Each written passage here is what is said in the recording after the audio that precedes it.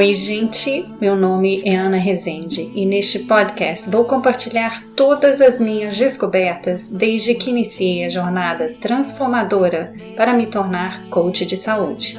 Em cada episódio, vou abordar um assunto diferente que de alguma forma impacta nosso bem-estar, quer seja na esfera física, mental, emocional ou espiritual, porque aprendi que ser saudável é estar em equilíbrio.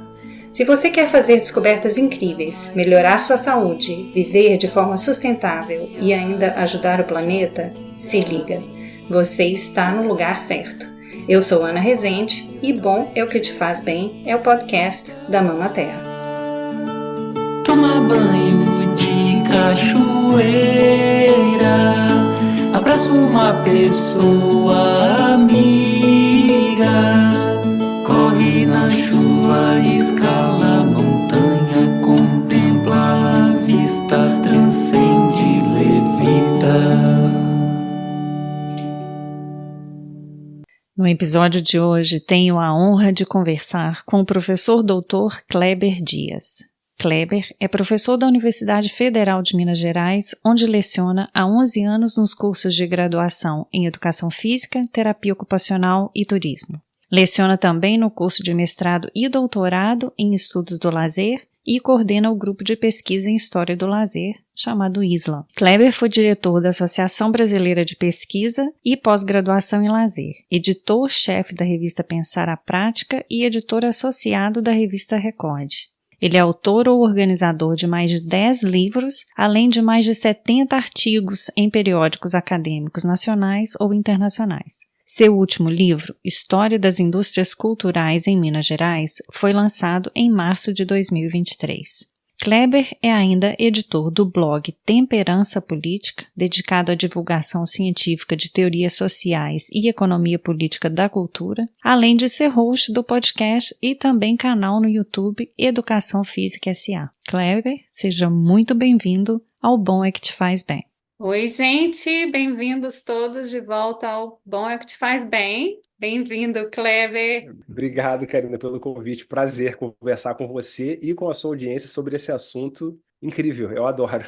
Então, o Bom é o que te faz bem, o que eu achei muito legal da interface com a tua área é a questão do lazer, né? Então, o Kleber é especialista, né, nos estudos do lazer e o que pode mais fazer bem para a gente do que o lazer, né, Kleber?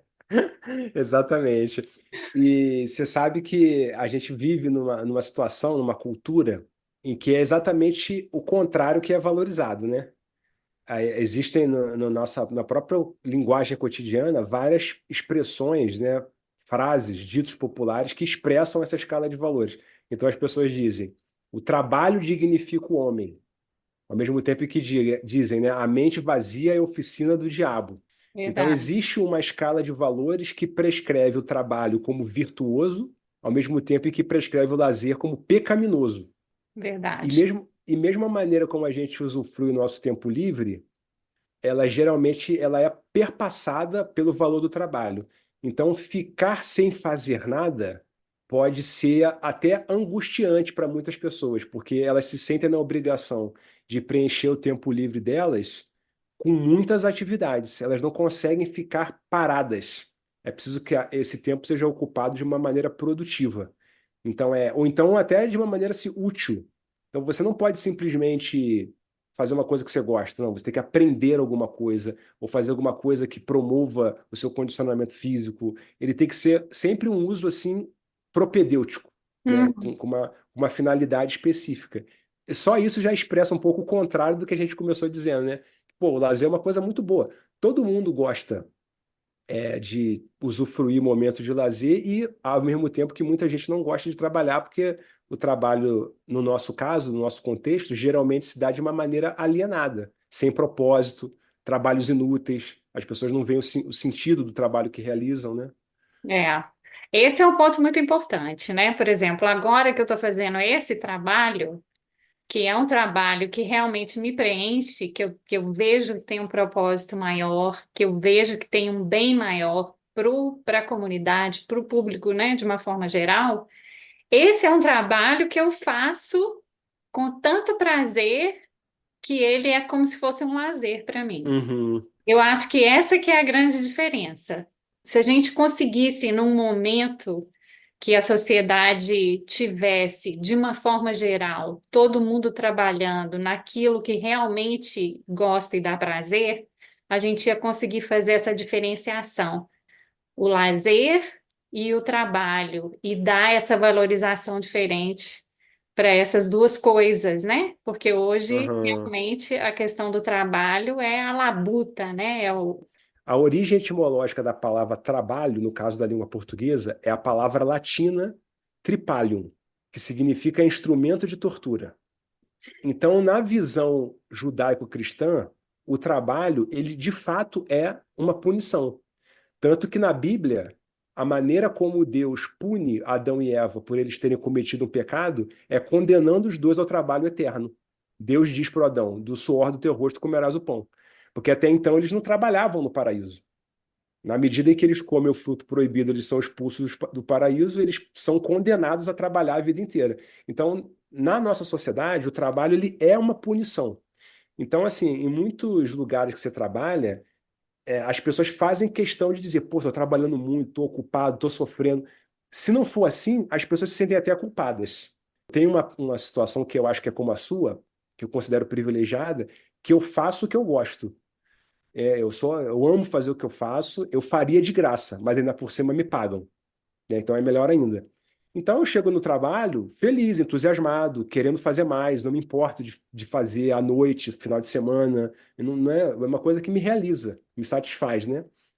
No entanto, as pessoas até brincam comigo, alguns colegas de trabalho. Não, parece que você acabou de chegar da praia, né? Porque eu não tenho aquele ar sorumbático, né, de quem está sofrendo. Existe essa escala de valores. E a outra coisa que eu ia dizer, que é uma segunda episódio interessante, antes de trabalhar na UFMG, eu lecionei na Universidade Federal de Goiás. E lá eu dava aula para um curso de licenciatura indígena que era um curso de formação de professores indígenas e que tinham 12 etnias diferentes que frequentavam esse curso. E eu dava aula sobre lazer, teorias do lazer. E todo semestre, todo ano que eu dava aula para esse grupo, eu pedia para eles assim, para que eles traduzissem palavras da língua portuguesa para o idioma deles nativo. Nenhum deles tinha um equivalente para a palavra lazer. Eles nem sequer conseguiam entender muito bem o que era o lazer. Mas Hum, eles tinham palavra para jogo, brincadeira, festa. E a outra coisa que era interessante é que, para eles, a palavra trabalho tinha uma conotação positiva e não negativa. Então, uhum. quando eu dizia para eles que o trabalho em português significa instrumento de tortura, eles ficavam perplexos, porque nos grupos indígenas e em muitas sociedades indígenas não existe uma separação entre trabalho e vida. O trabalho é a vida. Famílias trabalhando juntas. Isso. O que eu queria te perguntar, que eu achei interessante que você colocou, saber se existe essa diferenciação da palavra lazer do descanso. Tem duas respostas possíveis. Uma é a minha opinião particular sobre essa distinção, e a outra é, digamos, o que as pesquisas sobre isso costumam, né, convencionar.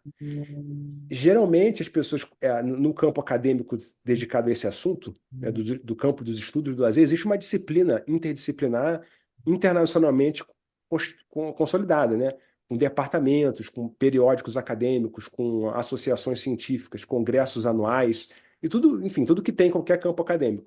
E nesse universo, a convenção no Brasil é distinguir o lazer do descanso. Ou seja, na verdade, o descanso ele é uma função do lazer. Segundo uma formulação famosa de um sociólogo francês dos anos 60, o lazer teria três funções, né? Mas era o famoso 3Ds do Dumas-Edier. Então, existe essa distinção conceitual. Eu, na prática, eu acho que essas coisas são meio que sinônimos. O lazer, no fundo, é o tempo que ela tem livre para fazer o que ela quiser. Então, a pessoa pode decidir descansar, pode decidir encontrar os amigos, pode decidir fazer uma viagem, pode decidir fazer uma caminhada, pode decidir assistir um filme em casa, no cinema. Enfim, tem um rol de atividades aí enorme disponíveis. Mas independente da opção da pessoa, tudo isso, do meu ponto de vista, é lazer. Está englobada a palavra lazer. Tá. Englobaria tudo isso. Uhum. Porque hoje, nesse ramo de saúde e bem-estar, tem falado muito na questão do descanso. O descanso sendo realmente aquele ócio que a gente costuma chamar de ócio criativo, que é o descanso mesmo, que é você não está fazendo nada, você não está lendo, não está vendo televisão, você está descansando, fazendo absolutamente nada. E eles estão considerando isso como sendo realmente o que descansa o corpo e a mente, porque de fato Uhum. você está desligado dessas atividades todas. E o que Eu acho bem interessante. o que eles têm dito é que um dos problemas da gente ter uma quantidade grande de estresse no trabalho, como a gente tem agora, é que as pessoas realmente estão nessa roda viva de sempre ter que estar fazendo alguma coisa e não tem esse tempo do descanso. E inclusive com as crianças, né? Então a gente Uhum. tem visto isso, os pais. As crianças chegam da escola, daí tem futebol, tem natação, tem judô, tem atividade disso, daquilo, aula de inglês, aula de não sei o quê. E as crianças estão entrando nessa mesma roda viva que os adultos, né, nessas últimas décadas, vêm criando. E aí não tem esse tempo realmente para o descanso. Esse tempo de É. da criança ficar à toa, ficar sem fazer nada, só brincando. E esse tempo eles valorizam muito, que é o tempo que a gente vai ativar a criatividade. Embora eu tenha essa opinião de que essas coisas são, digamos, sinônimas, eu ao mesmo tempo concordo com o que você está dizendo, porque existe, inclusive até na própria reflexão teórica, né, que se tem sobre o lazer, existe essa expressão que é a da produtividade do lazer, que é a subordinação do tempo do lazer à lógica do trabalho. Porque no trabalho, como o trabalho está, por sua vez, subordinado ao regime de acumulação de capital, as pessoas elas não estão trabalhando porque o trabalho é necessário. Elas estão trabalhando porque a geração do lucro é necessária. Inclusive, muitas vezes elas estão fazendo coisas que, a rigor, são desnecessárias. Tem um antropólogo que chama David Graeber. Hum. Ele tem um livro maravilhoso que se chama Bullshit Jobs, que foi traduzido não para o português, mas para o espanhol como trabalhos de merda, literalmente. É uma reflexão antropológica assim magistral sobre o sentido do trabalho, ou melhor dizendo, sobre a falta de sentido do trabalho. Porque boa parte das ocupações realizadas é o tipo de trabalho que, se a pessoa deixar de fazer, nada acontece no mundo. Tanto que no começo do século XX, por volta dos anos 20, teve um famosíssimo, né, economista, o John Keynes, que ele escreveu um ensaio que ficou famoso. Ele dizia que era um ensaio para os netos dele. Ele fazendo a previsão de que a inovação tecnológica que ele estava testemunhando, ainda no começo do século XX, permitiria que as pessoas trabalhassem 3 horas por dia. Então, o problema econômico estará resolvido.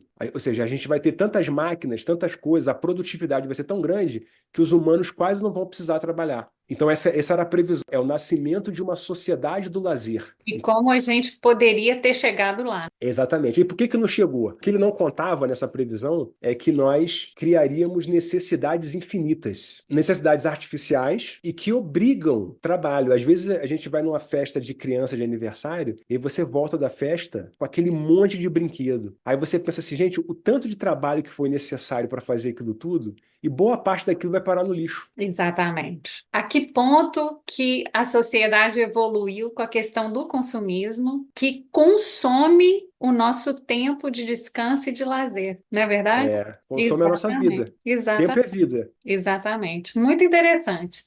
Fala do seu livro. No passado teve 2 lançamentos de livro. Foi um sobre a história das indústrias culturais em Minas Gerais. Teve um outro também que eu escrevi com um colega meu antropólogo, que se chama Brincadeira é Coisa Séria. É o título, que também tem um pouco a ver com Muito isso, interessante. era um esforço nosso de lançar luz, tentar fazer uma reflexão sobre a economia política da cultura do Brasil a partir de coisas banais, pequenos exemplos banais do cotidiano, que nos permitem reflexões sobre o sentido geral. Coisas como a gente estava falando agora, sobre o sentido ou a falta de sentido do trabalho, enfim, usos criativos que se podem fazer do tempo livre, coisas assim. Mas deixa eu rapidinho, vou comentar sobre os dois. O primeiro livro, que a gente falou, né, a História das Indústrias Culturais em Minas Gerais, ele no fundo é resultado de um período de cerca de 8 anos de pesquisa envolvendo vários pesquisadores. E, na verdade, não foi um livro que eu escrevi, foi um livro que eu organizei, convidando pessoas, essas pessoas que estiveram envolvidas com esse projeto ao longo desses anos, tentando estudar a maneira como as indústrias do entretenimento evoluíram historicamente em Minas Gerais, desde o final do século XIX até o começo do século XXI, né? As transformações que aconteceram sobre a forma como as pessoas usavam o tempo livre, porque no começo do século XX, o tempo do lazer ele era muito menos mercantilizado do que ele é atualmente. Não havia tantas oportunidades de consumo no tempo do lazer. Então, o tempo do lazer era consumido de uma maneira completamente diferente, muito mais subordinada e dependente da esfera comunitária. Então, eram festas religiosas, procissões, aniversários, né, casamentos. E ao passo que as pessoas foram se inserindo cada vez mais numa economia de mercado, porque nessa época, antes disso, as pessoas trabalhavam muito numa economia de subsistência, sobretudo aqui no caso de Minas Gerais, né? Que Minas Gerais demorou um pouco mais comparado com Rio de Janeiro e São Paulo, a entrar nesse regime de economia de mercado. Então, uma coisa estava associada à outra, né? A introdução delas numa economia de mercado fazia com que o trabalho delas passasse a ser não um trabalho para si, mas um trabalho para produzir excedentes para serem comercializados e então obter em troca dinheiro. E com esse dinheiro ela compra várias coisas, inclusive diversão. Então, antes disso não existia isso, quase não existia uma economia do entretenimento. Foi só depois dessas transformações que isso aconteceu, né? Então o livro reúne estudos sobre diferentes regiões, diferentes práticas. Então tem estudos sobre o norte de Minas, o sul de Minas, a Zona da Mata, Belo Horizonte, diferentes períodos, né? Final do século XIX, começo do século XX, final do século XX, começo do século XXI. E diferentes práticas, o cinema, os esportes, o teatro, a música, a leitura, a dança, as festas religiosas. Então é uma tentativa de dar um panorama sobre a história do lazer em Minas Gerais ao longo desse período. É bem recente que a gente consegue identificar essa questão da monetização do lazer. Quer dizer, É relativamente recente, justamente a partir do começo do século XX, né? A partir ali do 1900, 1910, mas sobretudo a partir de 1920. Aí daí em diante, cada vez mais. Hoje em dia, eu diria que é praticamente impossível você fazer uma atividade de lazer sem se implicar em uma cadeia de consumo. Praticamente impossível. por mais simples que seja ler um livro, envolve toda a cadeia produtiva de produção daquele livro. Exatamente. Você vai ter que ter comprado o livro, porque provavelmente aqui no caso do Brasil, né, a sua cidade não vai ter uma biblioteca pública, então você vai ter que comprar o livro num sebo ou numa livraria e ler. Ou então você fala, vou fazer um passeio de bicicleta, mas a bicicleta você comprou. Então, quer dizer, de alguma maneira aquilo envolve uma inserção na cadeia de consumo, né? E como que você acha que isso está relacionado com a questão, se a gente pega o lazer e relaciona ele com saúde e bem-estar? Foi bom você perguntar, porque isso daí é o tema do segundo livro que eu falei, Brincadeira é Coisa Séria, que pode pôr o link. O livro está disponível online, se quiserem baixar. Um dos capítulos desse livro chama-se Lazer e Felicidade, onde a gente se pergunta, né? Afinal de contas, o lazer traz felicidade? Ter mais tempo livre, você vai ser mais feliz? Porque muitas pessoas pensam que sim, né? Elas pensam, olha, eu estou trabalhando demais, se eu pudesse trabalhar menos, o meu grau de satisfação com a vida melhoraria. Mas até que ponto isso é verdadeiro? Então, tem pesquisas feitas internacionalmente tentando reunir evidências empíricas a esse respeito. E o que as pessoas concluem é que sim, de um modo geral, até um certo limite, né? Mais tempo livre é mais felicidade, mas também uma vida inteiramente destituída de trabalho pode ser uma vida infeliz, porque a pessoa, imagina uma pessoa desempregada, ou uma pessoa que nem necessariamente está desempregada, mas que não tem uma ocupação útil. Isso também pode ser fonte de angústia, sofrimento mental e mal-estar. Quer dizer, tudo na sua medida, né? Eu acho que, no fundo, é uma questão de medida. Então, até um certo ponto, mais lazer equivale a mais felicidade, mas depois desse ponto não. E o contrário também é verdadeiro. A pessoa pode pensar assim, vou trabalhar mais para ganhar mais. E mais dinheiro traz mais felicidade? Até um certo ponto também. As pesquisas internacionais sobre isso, tem até um campo, né, de pesquisa chamado Happiness Studies, estudos da felicidade. O que faz as pessoas felizes, né? E as pessoas geralmente perguntam, Até no Brasil a gente pode ter essa piada, né? Esse dinheiro não traz felicidade, me dê o seu e seja feliz. Só que é uma piada, mas na verdade, assim, o dinheiro traz mais felicidade até um certo ponto. Eu acho que esse ponto é a questão da satisfação das necessidades básicas. A Isso. partir daquele ponto, não vai fazer mais diferença. Então, para uma sociedade que é 70%. Quem é pobre no Brasil, classe E, aí talvez esteja aí nesse número que você falou, 60, 70%. Porque uma vez a gente tendo dinheiro suficiente para cobrir as necessidades básicas, eu acho que esse que é o ponto, que é muito diferente de países desenvolvidos, que a linha da pobreza não é a sobrevivência, né? No Brasil ainda é. Mas isso esbarra, Karina, numa coisa que a gente está falando, né? Que é essa coisa do que é necessário para ser feliz, né? O quanto que as pessoas precisam para ser feliz. Porque esse é até um assunto que a gente, nesse mesmo capítulo sobre lazer e felicidade, a gente tentou desenvolver. Existem duas maneiras de você ser rico. Eu tenho dois caminhos para você ser rico. Só que a nossa sociedade só enfatiza um e faz de conta que não existe o outro. Uma primeira maneira óbvia, que é o que a gente enfatiza, é você possuir mais. Então eu tenho uma casa, mas eu quero uma casa maior. Eu tenho um carro, mas eu quero um carro melhor, um carro mais novo, um carro maior. Eu viajo de férias uma vez por ano, mas eu quero viajar 2 vezes. Então, consumir mais bens e serviços. Isso faz de você uma pessoa rica. Mas a outra forma de você ficar rico é você desejando menos. Então, essa segunda dimensão a gente enfatiza menos. Então, Exatamente. você pode não querer ter uma casa maior. É. Inclusive, escutei uma entrevista, um psicólogo que escreveu um livro que chama A Espiritualidade do Minimalismo. Em Interessantíssimo. inglês. E ele fala, então o que que ele fez? Esse cara, ele vendeu tudo que ele tinha e ele mora numa casa pequenininha, ele não tem mais carro, ele realmente simplificou a vida dele e ele escreveu sobre isso. E a reflexão que ele faz é exatamente essa, é o querer menos.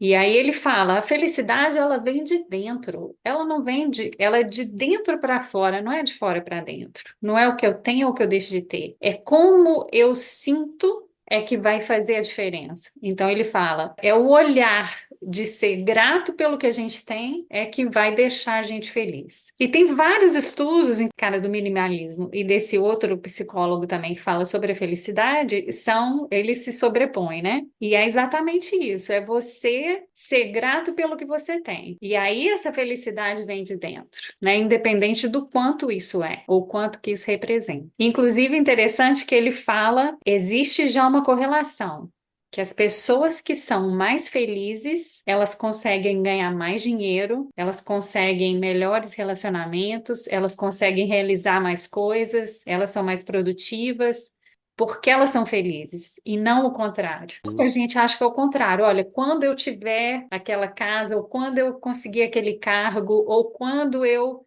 vou ser Uhum. feliz. E aí o que ele faz é provar que é o contrário.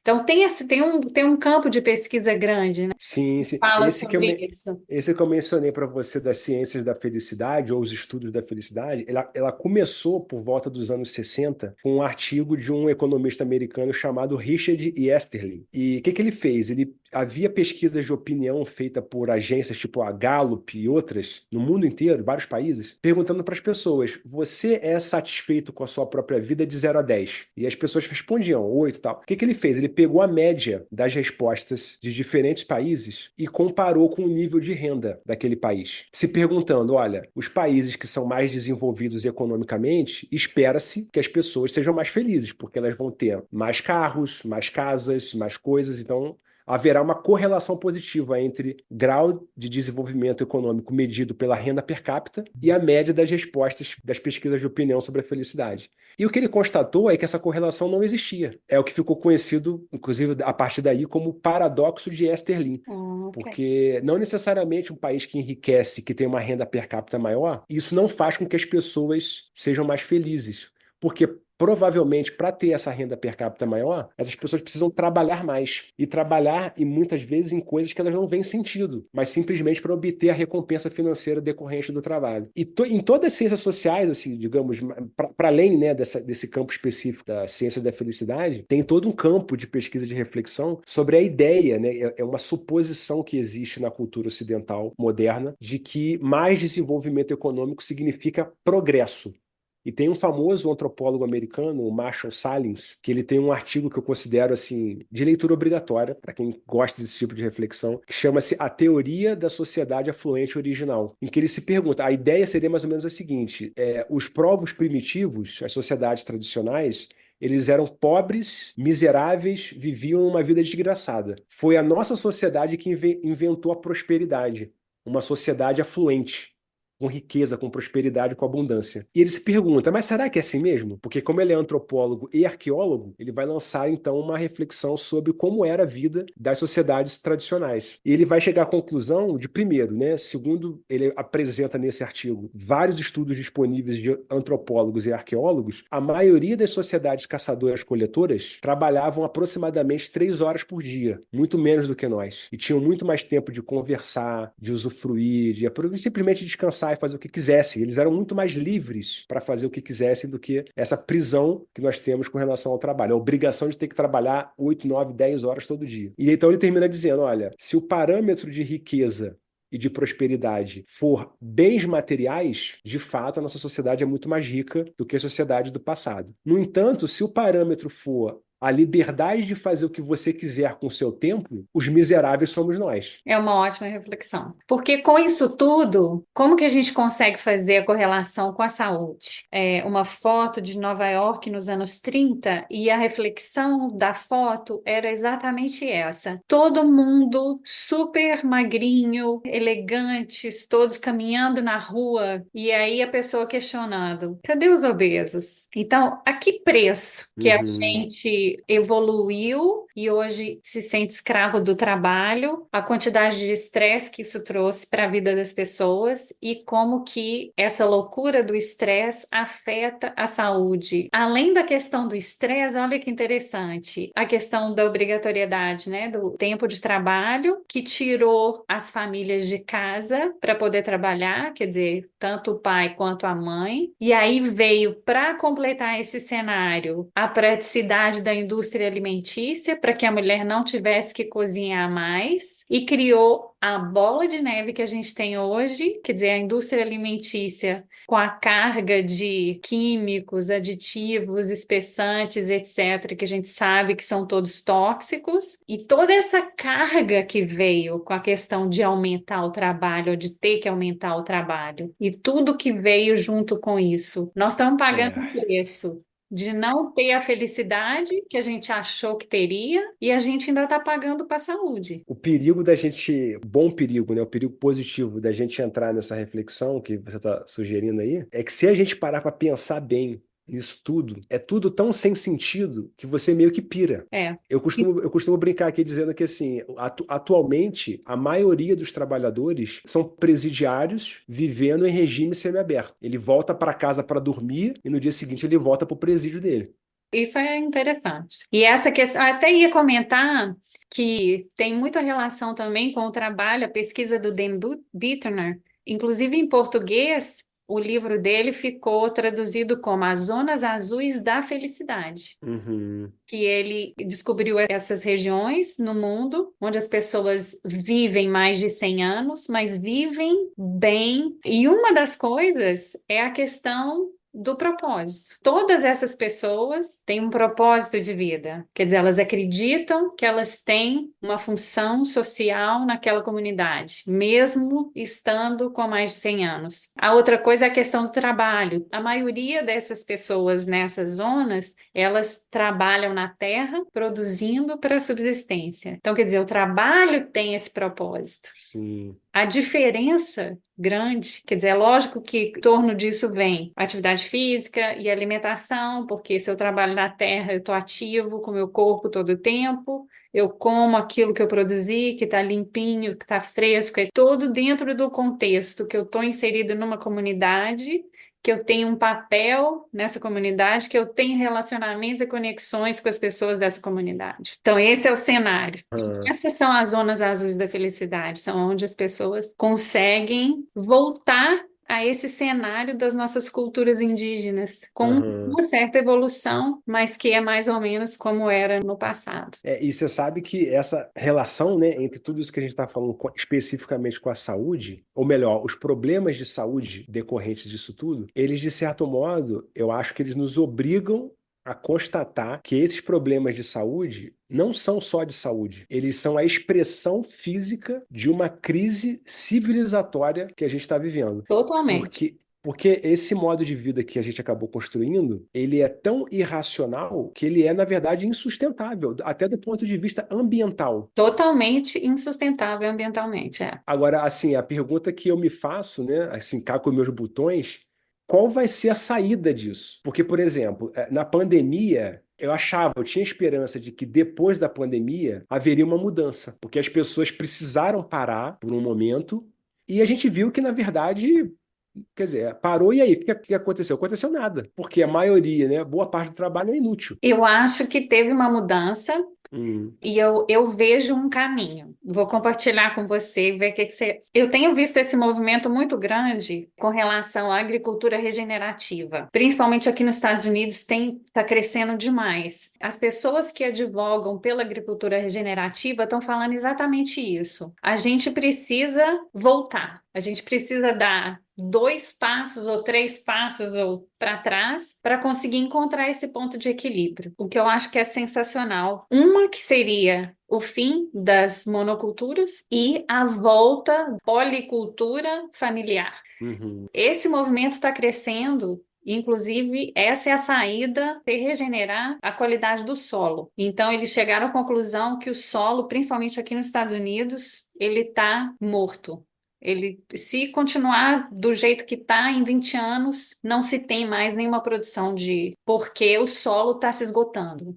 Nossa, que Então, loucura. a agricultura regenerativa, ela faz isso. Ela traz a policultura, copiando o modelo da natureza mesmo, né? Quer dizer, não existe nenhuma área natural que só tenha um produto. E é regenerando o solo organicamente, com composto e sem nenhum fertilizante químico, nada, nem orgânico, nem nada, só mesmo o composto. Esse movimento está ensinando os fazendeiros a regenerar o solo, e isso está crescendo. Essas comunidades, elas estão se alastrando, elas estão pipocando em vários lugares diferentes. Então, por exemplo, tem um núcleo grande na Costa Rica, Uhum. tem um núcleo grande na Califórnia e aí na Europa, em alguns lugares, e eles estão se alastrando. Então, eu acredito que esse que é o futuro. A gente regenerar o solo, cada um conseguir plantar um pouquinho da sua própria comida. E de uma forma que isso vá crescendo e que a gente consiga ser sustentável. Eu acredito muito nessa proposta. Eu acho. Não, eu acho interessante, mas para ser bem honesto, como eu estava dizendo da pandemia, eu achava que a pandemia ia criar uma janela de oportunidade para o trabalho remoto, que é uma coisa que tem uma pegada ecológica muito menor. Mas a pandemia mal acabou e tudo voltou a como era antes. Sabe? Como se o que nós vivêssemos antes da pandemia fosse normal, esse regime de presidiários em regime semiaberto, É. né? Eu tenho visto uma diferença grande aqui nos Estados Unidos. Eu tenho visto o trabalho remoto cresceu e outras profissões estão crescendo também bastante, em outras áreas que não existiam. O que eu acho que também é um movimento Também faz parte interessante. dessa mudança.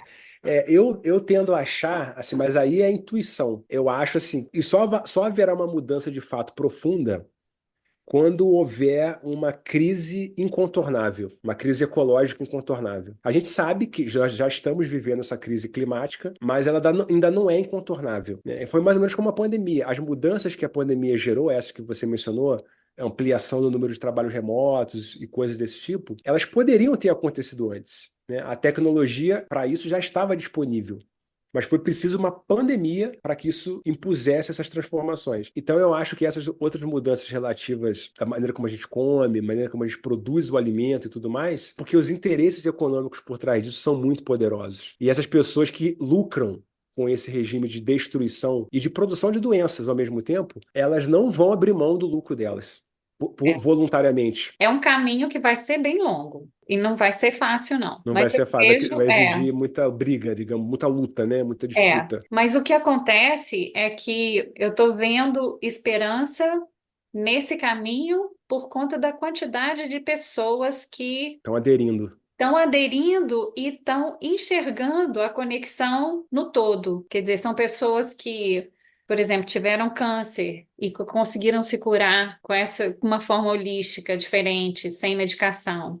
São pessoas que estavam diabéticas e conseguiram reverter a diabetes. Então, essa mudança na alimentação e no estilo de vida que está vindo nesse movimento dessas pessoas que estão se curando, eu acho que está fortalecendo o movimento. Uhum. Tem um movimento em favor disso, né? Por exemplo, essa coisa que a gente estava comentando antes do trabalho excessivo, né? Ou da produtividade do lazer, que é a subordinação do tempo livre ao tempo, à lógica do trabalho. Tem um sociólogo alemão que usa uma expressão muito boa, que ele diz assim, dos movimentos de resistência a essas tendências.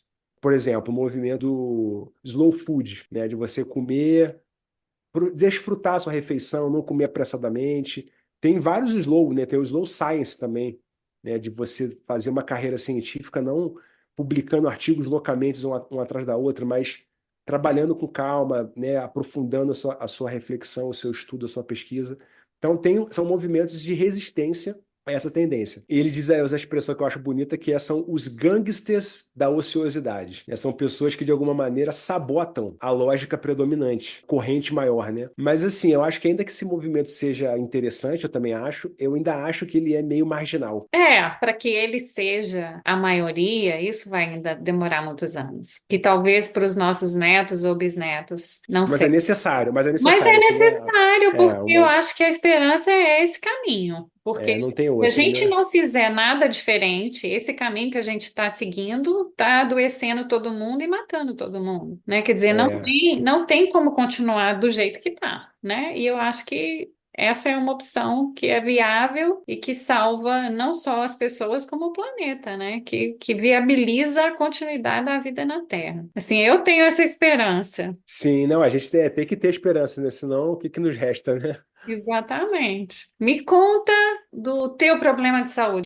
O ano passado inteiro, praticamente, eu passei arrastando com problemas digestivos, né? Comia alguma coisa, ficava com aquela eructação o dia inteiro, muitos gases, às vezes azia, às vezes o intestino preso, ou às vezes meio fezes diarreicas, né? Uhum. E aí, eu procurei um médico, né? Falei, o que será que fazer os exames aí e tal. E aí, uma outra coisa que a gente tem que refletir, né? A medicina que a gente tem, que coisa horrível. Porque os médicos, eles já não olham mais para o paciente, eles olham para os biomarcadores. Então, o primeiro médico que eu procurei foi um clínico geral. Ele até foi bastante atencioso, me atendeu bem, uma pessoa gentil, né? Mas, assim, eu dizia para ele, eu tenho essas queixas. Ele olhou meus exames, ele pediu vários exames, ele falou, cara, mas seus exames estão normais.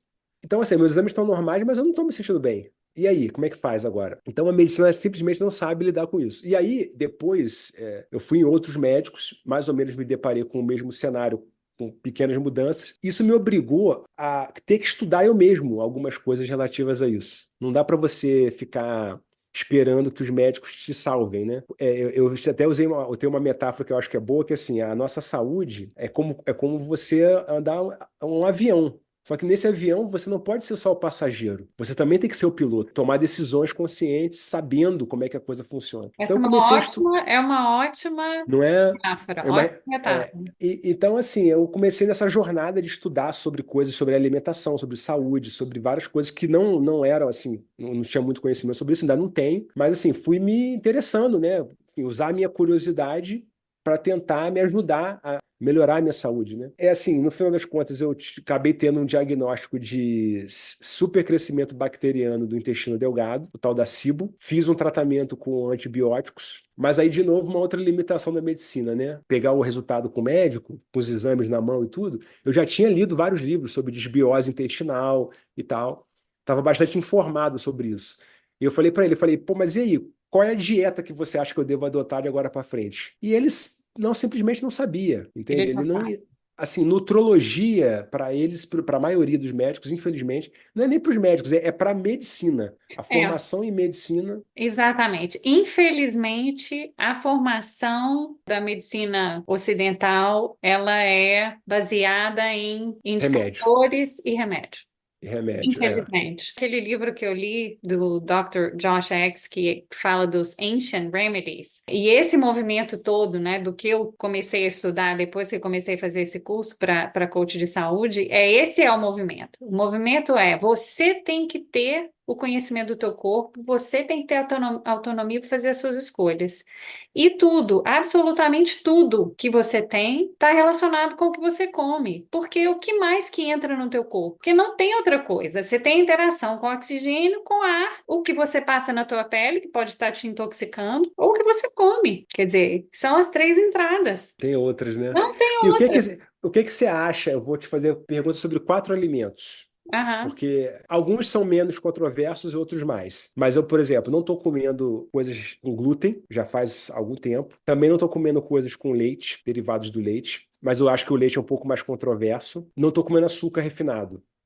Nada de açúcar, doce, sorvete, nada. Já faz bastante tempo também. Alguns meses, né, eu quero dizer. E, por último, a outra sabe, é carne. Você acha que... Porque de todas as experiências, digamos, nutricionais, a única coisa que eu não cortei até agora, a carne eu ainda como. Bastante. Proteína animal. O que que você É. acha desses alimentos? Os três são os três maiores causadores de inflamação, né? Açúcar, o glúten e a lactose são os campeões de inflamação. Então, realmente, sempre a primeira indicação, né, que você vai fazer uma dieta restritiva é restringir esses três. Mas o grande lance, Kleber, baseado em Uhum. tudo que eu estudei, em vários casos, inúmeros casos, em inúmeros médicos funcionais que, né, foram professores do meu curso, etc e tal, mas isso é uma decisão de cada um. A minha sugestão é que você experimente e veja o efeito no teu organismo, porque isso é uma coisa muito pessoal. Mas todas as recomendações são cortar todos os produtos de origem animal. É isso Uhum. que é a recomendação geral, que vai reverter os quadros de câncer, doenças autoimunes, todas as doenças relacionadas ao sistema digestivo, todas elas, o SIBO e todo tipo de desbiose cortar todos os produtos de origem animal. Inclusive, a primeira entrevista que eu fiz em português, que eu fiz há 2 semanas atrás com uma amiga minha daqui, que também é coach de saúde, ela fala exatamente a mesma coisa que você falou. Ela estava sentindo mal, sentindo mal, sentindo mal, e no médico tá tudo normal, seus exames estão normais, você não tem nada. E ela começou a estudar e pesquisar e resolveu, vou tentar isso aqui, porque nada me É, você tem que descobre e tentar vou alguma tentar. coisa. Então, eu acho que é isso. A questão é experimenta e vê como que seu corpo vai reagir. Mas essa Uhum. é a recomendação. Interessante. Nada de origem animal. Então, nenhum tipo de carne, aí, lógico, manteiga, leite, nada. É tudo. Sim, ovos, não. É. Porque assim, a minha experiência com esses ingredientes anteriores, glúten, leite e açúcar, você fala assim, você sentiu melhor depois já faz assim, digamos, uns 4 meses que eu não como isso por aí. Já deveria ter sentido alguma coisa. Não senti melhora nenhuma. E por outro lado, eu não fiz nenhuma experiência de cortar carne Uhum. ou proteína animal, né? É. A questão do açúcar, né? Não é só o açúcar, que você, não sei, o seu caso, eu acho que não acredito que você não consome muito produto industrializado, né? Não. Então, porque esse é também o outro lado, né? Não tem uma coisa que é o segredo. O Sim, sim. A pessoa pode ter segredo, uma dieta vegetariana péssima, porque só com industrializados. exatamente, você tem que ter uma dieta rica em proteína vegetal, daí muito feijão, grão de bico, lentilha, comer todos os cereais integrais, né? Arroz, milho, né? Todos os cereais, os tipos de cereais, mas tem que ser uma coisa bem diversificada, Diversificada. né? Com muito legume, com muita verdura. As verduras são muito importantes, né? As verduras é que, na verdade, teriam que ser a maior parte do nosso prato. E muito colorido e tal. Então, tem tudo isso além de cortar o produto de origem animal. Não é só cortar, né? Sim, Tem sim. que É bom cortar. você. Então, assim, é um movimento mesmo de mudança nessa direção. Açúcar, porque é um produto altamente processado que na verdade virou um carboidratozinho monossacarídeo que não tem função nutritiva nenhuma, né? Então você pode daí usar o mel ou outro tipo de a folhinha da estévia, ou usar mesmo o açúcar das frutas, né? E é por isso que o açúcar é tão nocivo, né? A lactose, porque é um produto de origem animal, e o glúten, a questão do glúten é super complexa, né? Outro dia eu estava até vendo o Dr. Lai Ribeiro falando que o trigo que a gente tem hoje não é o trigo que Jesus fez o pão. Não sei se você viu isso. Não, mas eu li um livro de um americano, William Davis, Barriga de Trigo, e ele explica isso daí, exatamente isso. Exatamente. Os geneticamente modificados que vieram aí, mesmo no milho, né? O milho a gente tem que também ter muito cuidado por causa disso, né? Porque toda a genética que modificou esse milho não é mais aquele milho, são os produtos de origem animal. Eu vou experimentar e depois eu vou te contar o resultado que eu tô assim. Vou começar a fazer isso hoje. Agora, eu me dei conta disso hoje, assim. Nunca fiz essa experiência, vou começar a fazer, porque eu tenho tido inflamação, tipo, na garganta, sabe? Amigdalites frequentes. Então, claramente, resultado de uma desbiose intestinal que eu não tô conseguindo recuperar, apesar do meu esforço. Mas eu ia falar uma outra coisa sobre os médicos, assim, que eu também aprendi nessa minha pequena jornada de autoconhecimento, né, com relação à saúde, que essa coisa dos, eles fazem muitos exames, biomarcadores e tudo, e trabalham com valores de referência. E eu sempre vi meus exames assim, tá dentro do valor de referência, tá ok. E aí eu descobri que não tá. Foi só agora que você vê, com 42 anos de idade, que me falaram isso, que na verdade o valor de referência não é o valor ideal, é o valor médio do conjunto da população, de uma população adoecida. Exatamente. Você pode procurar os valores, as faixas da medicina funcional. Então, por exemplo, a medicina funcional tem as faixas bem mais restritivas, que é o indicador de um potencial problema. Então, a medicina funcional, ela já mudou toda essa ótica da questão do indicador. Então, o indicador é um indicador preventivo. O nosso, ele já está na faixa reativa, o nosso da medicina Uhum. convencional. Aquela faixa ali, a vaca já foi pro brejo, É, né?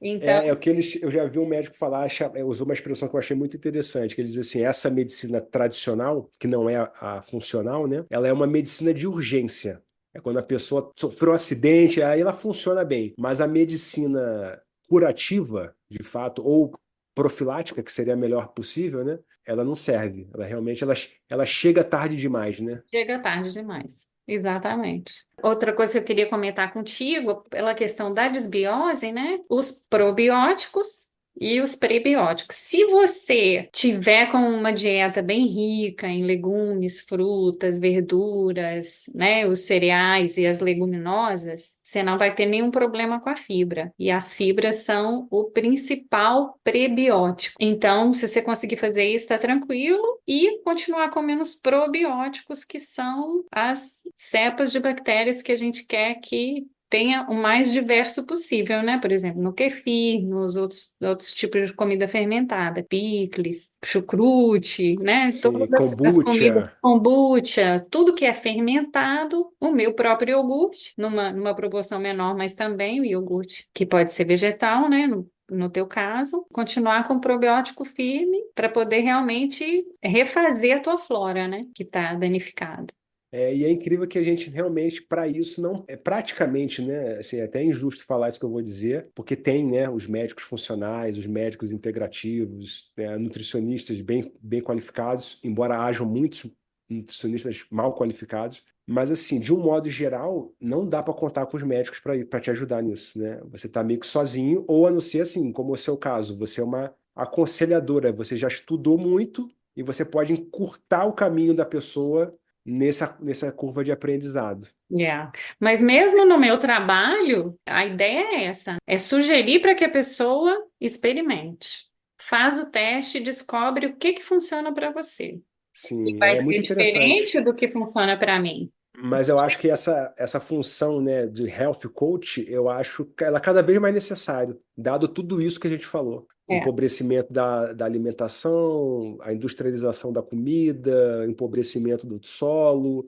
a crise civilizatória, a incapacidade da medicina de dar resposta a esses problemas, O né? estresse é louco, absurdo, né? Que as pessoas não sabem como regular o estresse. Então é tudo isso. Tô apaixonada, assim, É, achei é interessante, realmente, né? realmente eu achei minha turma, achei meu caminho sim, tô muito feliz. E é muito bacana, e eu acho que é uma coisa que tem muito futuro por isso tudo que você disse mesmo, por isso tudo. É, não, eu boto fé, eu boto fé. Ai, que legal. Ah, Ai, que bom. Foi uma ah, ótima conversa. Fala aí para mim, para quem está escutando a gente, quem quer comprar teu livro, ou baixar teu livro, ou assistir teu podcast. sim, ó, isso também tem uma coisa que eu quero falar. É uma coisa mais específica, e talvez esse público que esteja aqui não vai necessariamente se interessar, mas é uma coisa que eu faço já há mais ou menos um ano e meio, junto com um amigo meu, o André Schettino. A gente tem um podcast que está disponível no Spotify, no Google Podcast e no YouTube, que chama-se Educação Física SA, que é uma tentativa de fazer uma reflexão sobre o trabalho, a carreira e os negócios no campo dos esportes, das atividades físicas e da educação física, que tem tudo a ver com isso que a gente está falando. 45% das causas de morte no Brasil são doenças crônicas. Então, são doenças crônicas, são mortes evitáveis, e na prevenção e no tratamento dessas doenças, um dos fatores fundamentais é movimentar o corpo, é a atividade física. Então, a educação física ela está no coração desse problema também, o sedentarismo, né, versus a atividade física. E eu trabalho numa escola de educação física, né, de uma universidade aqui brasileira, e os currículos e o processo de formação dessa área de atuação dos profissionais de educação física, tal como a medicina, é incapaz de dar resposta para os problemas atuais. Então, digamos assim, o meu brado de protesto contra esse estado de coisas, né, a minha revolta, o meu gesto de rebelião contra o atraso teórico da educação física brasileira foi criar um podcast Educação Física S.A. para tentar chamar a atenção das mudanças que tem que acontecer no processo de formação de novos professores, que não entendem, né, não conseguem, ter uma visão muito segmentada do corpo, né? Assim como o médico olha os exames, o professor de educação física tende a olhar os músculos e não olhar para a pessoa, né? Vai Então, ter enfim, massa magra, massa gorda, média aqui, média ali. isso, é bíceps, é tríceps, é não sei o quê. Então, quer dizer, e a gente está precisando de uma educação física, como eu digo, gosto de dizer, né, uma educação física do século XXI, né, para E as poderia necessidades. ser uma educação física integrada, com nutrição, inclusive. Tem que ser. Uma das coisas que eu reivindico aqui, Karina, nessa minha batalha, que eu digo que a minha trincheira, né, é essa aí, é incorporar mais conhecimentos da nutrição no campo da educação física, bem como, acho que o contrário, os nutricionistas deveriam estar reivindicando também o contrário. Mais atividade física, coisas relativas à atividade física, na formação e nutrição. É. Porque, na verdade, gente, essa segmentação é que foi errada. Do mesmo jeito que foi errado na medicina ter as especializações, porque Uhum. não existe um tratamento específico de um sistema. O cardiologista, ele não existe o tratamento só do coração. Quer dizer, Não o ser existe, humano é é. um corpo integral, todos os sistemas estão correlacionados. Não existe uma forma de tratar só o sistema endócrino. Sabe? Não existe isso. Eu acho que esse foi o erro, e do mesmo jeito foi esse o erro da educação física e da nutrição. Não existe, isso é uma coisa só. Você tem que olhar o todo e tem que tratar o todo, porque não existe sucesso na segmentação. Isso é o que eu penso. Faz sentido, faz muito sentido. Eu acho que eu concordo também com você. Essa super especialização, ela não é benéfica, né? Os médicos, então, coitados, né? Assim, é uma coisa pavorosa, porque você vai num gastroenterologista, a gente sabe, ele deve saber também o conhecimento disso, essa informação ele deve ter, porque problemas no sistema digestivo pode ser ocasionado por muitas coisas, né? Até problemas na hipotiroidismo, estresse, né? 90% do fluxo, né? Essa coisa da conexão intestino-cérebro, chamar o intestino de segundo cérebro. Há uns anos atrás, a Organização Mundial de Saúde decretou a microbiota intestinal um novo órgão. Todos nós ganhamos mais um órgão. Exatamente. E como que as faculdades de medicina ainda estão atrasadas nessa Estão questão toda, atrasados. né? É, Então tem essa mudança toda, né? Tem uma mudança tem. educacional grande, né? Que inclusive o que eu estou tentando é fazer essa inserção nas escolas, porque aqui nos Estados Unidos, como no Brasil também, né? Tem as aulas de educação física que a gente vê nas escolas, elas são muito pobres, né? Assim, esse currículo é muito pobre. Sim, Então, sim. poderia ser muito mais rico se a gente incluísse, né? Ensinasse as crianças como regular o estresse desde pequenininho, como existe no Japão e nos países orientais, né? Na Índia, que as crianças estão lá na escola, estão meditando, né? Quer dizer, isso é coisa que poderia ser ensinado nas escolas, como regular o estresse, né? Fazer um exercício de respiração, ensinar as crianças para elas crescerem com essas ferramentas para chegar na adolescência, passar uma adolescência mais tranquila, né? Sabendo como regular, sabendo como perceber os sinais que o corpo dá, né? As crianças mal sabem que estão com fome, que comem aquelas porcaria o dia inteiro, que, né? Não sabe nem o que é gosto de quê, não sabe de onde vem a comida, né? Quer dizer, não poderia ter esse conhecimento se o currículo realmente fosse uma coisa mais rica. Então, Não eu estou tentando ir por esse caminho, sabe? deveria, né? Poderia não, deveria ser assim, pode ser assim. Enfim, você tem razão, é um campo muito interessante esse da escola. É assim, até também com relação à alimentação, né? Você Exato, está falando da atividade física, né? Do corpo, mas assim, as crianças têm que aprender, porque elas têm que aprender a escolher com sabedoria o que elas vão comer. exatamente. Então, eu estou seguindo por essa linha. Então, eu estou escrevendo o livro e o livro é para esse público. Daí, no final do ano, ficar pronto e ano que vem eu vou lançar e vou para as escolas e vou advogar nessa linha Vai ser um sucesso, para é mudar necessário. mudar esse conceito, né? Para a gente conseguir criar uma geração com esse conhecimento, que aí a geração que vier com o conhecimento vai fazer as mudanças que a gente está falando. Educar essas crianças para terem essa visão diferente no futuro. Então, essa massa que vem vai fazer essas mudanças que a gente precisa fazer na sociedade e no sistema de produção da comida, né? De consumo De também. consumo, é. Mas enfim, aí eu tava falando do podcast Educação Física SA, se quem quiser por curiosidade ver. E no Instagram, né, eu tenho uma conta no Instagram que eventualmente eu posto coisas e tal, não sou tão assíduo, mas eu sempre que posso gosto de fazer. Eu sempre posto coisas que eu acho que são mais controversas e que a posição pessoal, digamos, contraria certos lugares comuns, né? Então, porque para falar o que está todo mundo falando, eu não me motivo tanto. Então, aí é interessante porque eu recebo muito feedback, muito comentário. É um espaço também de diálogo muito interessante as redes sociais, dependendo da maneira como você usa. Então, eu tenho lá uma conta, que é Kleber Dias UFMG, e lá consegue ver o podcast, os livros, tem links para os livros e tudo, né? A maioria desses livros está disponível aí para download gratuito. Legal. O negócio é fazer o conhecimento circular, né? Não? Isso, esse é o meu objetivo, é esse também, circular o conhecimento, é isso que a gente tem que fazer. Acho que a educação é tudo aí, é o caminho. Legal, então eu vou colocar nas notas do show teu Instagram. Obrigada, Kleber. Valeu, Karina. Obrigado. Tchau. Muito obrigada por escolher escutar este podcast. Significa muito para mim que entre tantas opções você escolheu este. Se você deseja ajudar a missão da Mama Terra de fazer desse mundo um lugar livre de doenças para as gerações futuras, siga esse podcast, comente ou compartilhe com seus amigos. Você pode também se inscrever para receber meu jornal semanal, que eu preparo com muito carinho para você. Nele eu compartilho dicas de saúde e bem-estar, receitas e livros que eu recomendo.